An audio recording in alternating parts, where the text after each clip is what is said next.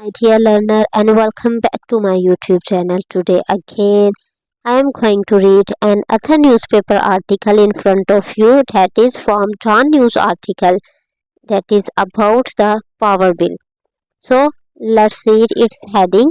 Then I will explain all the advanced vocab and idiomatic expression that is being used such articles. So let's start our today article by reading its heading. Paying अदा करना. Consumers वो लोग होते हैं जो किसी चीज़ को इस्तेमाल करते हैं.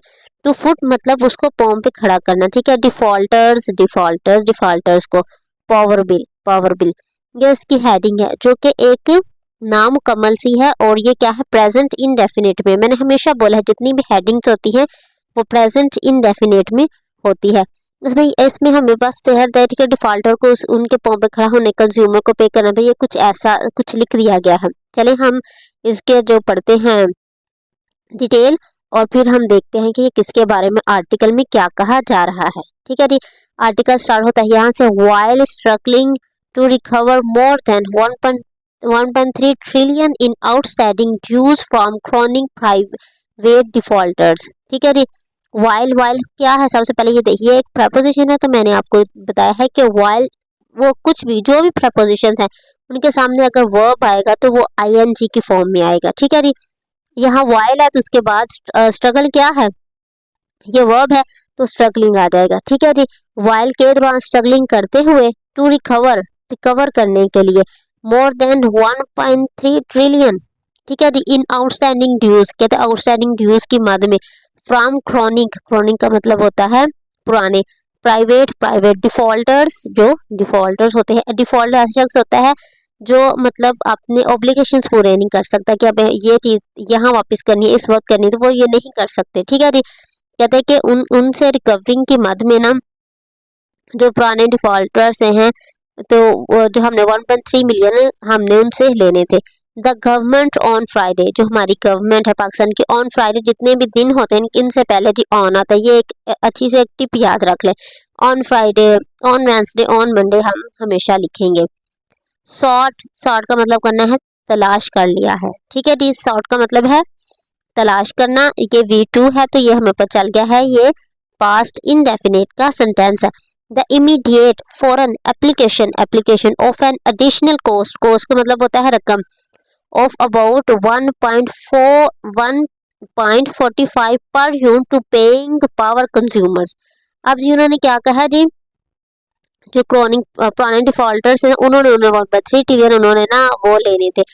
कहते हैं जी वहाँ हमें तो 1.3 ट्रिलियन जो रिकवर करे. गवर्नमेंट ने क्या किया, फ्राइडे में ना उन्होंने अचानक एक एप्लीकेशन भेजी.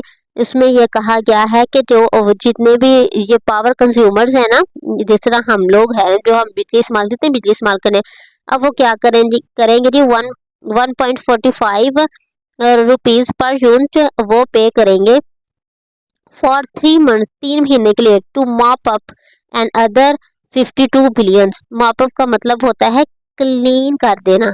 ठीक है. एंड अदर 52 बिलियन से किस चीज़ को क्लीन अप कर रहे हैं, ये क्लीन अप कर रहे हैं उन तमाम कर्जों को जो हमारी गवर्नमेंट ने लिए और हमने अदा करते हैं. कर्जे उन्होंने लिए हैं लेकिन अदा हमने करने हैं. ठीक है जी. ये उस सेंस में अब ये कहा जा रहा है कि आप लोगों पे क्या होगा, आपका जो यूनिट है वो बढ़ा दिया जाएगा. और किस मद में जी, मॉप अप करने के लिए, टू वॉश और wipe up as if with a mop, करके जो पिछला हमारा कर्ज है उसको हम लोग साफ करेंगे. ठीक है. इस सेंस में मॉप अप का वर्ड यूज किया है. ये एक इडियोमेटिक एक्सप्रेशन है, किसी चीज़ को किस चीज़ के साथ साफ कर देना.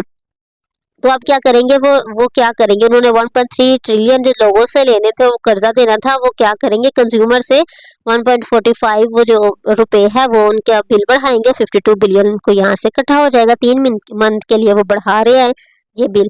At a public hearing presided over का मतलब होता है किसी चीज़ को लीड करना.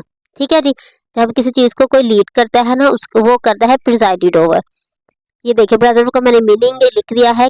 To lead or to be in charge of a meeting या सेरेमनी. जब किसी कोई मीटिंग होती है सेरेमनी, उसका जो चार्ज होता है, इन चार्ज होता है जो, उसे कहते हैं प्रिजाइडेड ओवर.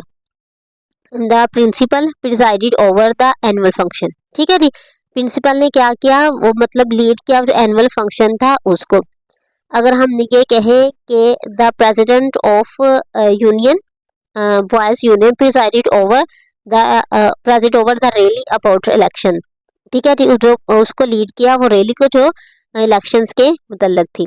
आई होप कि आपको समझ आ गया हो कि प्रिसाइडेड ओवर को हमने किस तरह यूज करना है। Presided over by the national electrical power regulatory authority NEPRA chairman Waseem Mukhtar, ठीक है जी, नसीम मुख्तार ने क्या किस president over Naseem the power division requested है, ये देखें ये V2 है, डायरेक्ट इज आवाज कुछ नहीं है तो ये पास्ट का टेंस है। द इमीडिएट एप्लीकेशन, जो इमीडिएट अचानक फौरी तौर पे जो एप्लीकेशन आई है 21 की 1.45 पर यूनिट एडिशनली कॉस्ट की under the quarterly tariff adjustment for the third quarter January to March across the country. पूरी कंट्री में वो कह रहे हैं कि जनवरी और मिड जनवरी से लेके मिड मार्च तक हमने जितने भी वो जो टैरिफ उसके एडजस्टमेंट इनके साथ करेंगे, इनका हम बिल बढ़ा देंगे। वो पिछले हमने यूनिट इस्तेमाल किए हैं उन पे हम लोगों पे इतना ज़्यादा वो पर यूनिट वो मल्टीप्लाई करेंगे, जितने पैसे बनते हैं बिल तो हमने पे कर दिया, अब जितने बिल पड़ेंगे वो हमें नए आने वाले बिलों में डाल देंगे।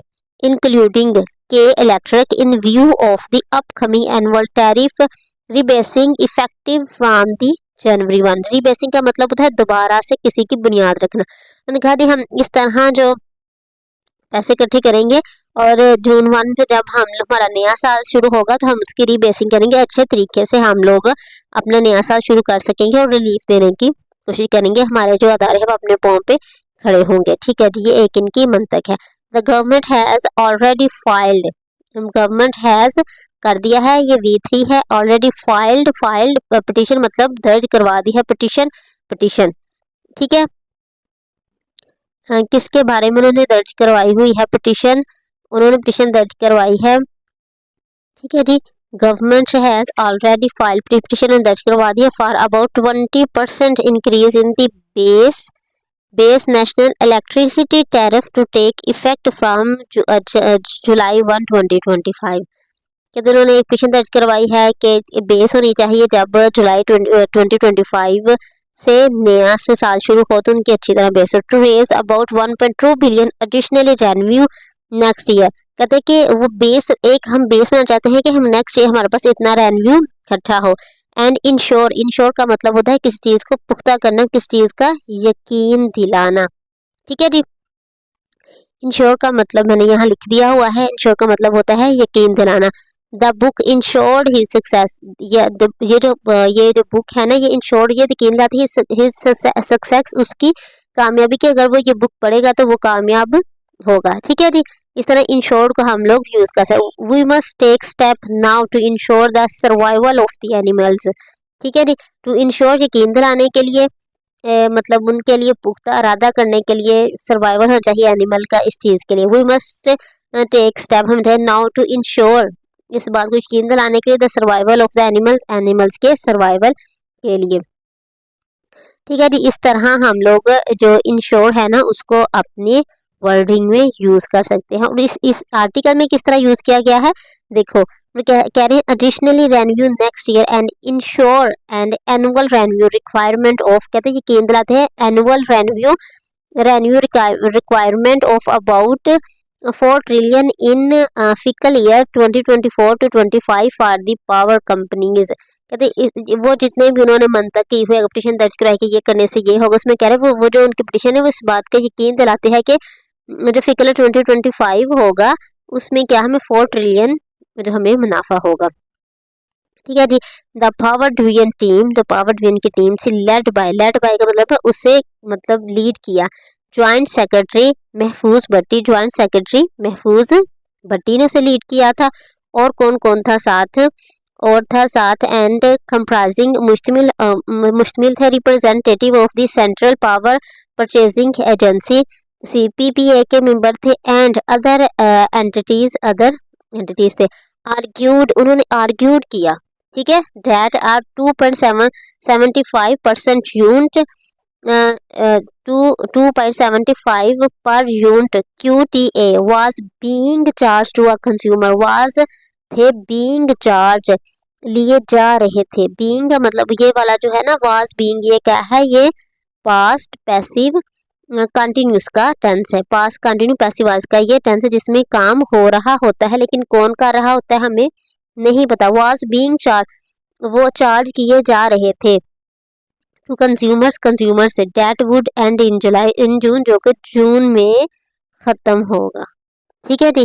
आई होप के आर्टिकल में आपको मैंने अच्छी तरह समझाने की कोशिश की होगी। और ये थोड़ा सा ये थोड़ा सियासी सा आर्टिकल था लेकिन इसमें बहुत मज़े के वो थे कुछ वर्ड जो कि हम डेली न्यूज़ में सुनते हैं, इसलिए मैंने सोचा कि आपको इनके मीनिंग बताए जाए।